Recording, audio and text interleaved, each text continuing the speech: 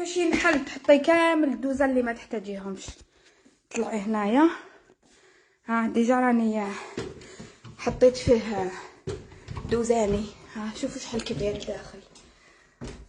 هاو منا وفيه مالي هذيك حتى كامل بنات.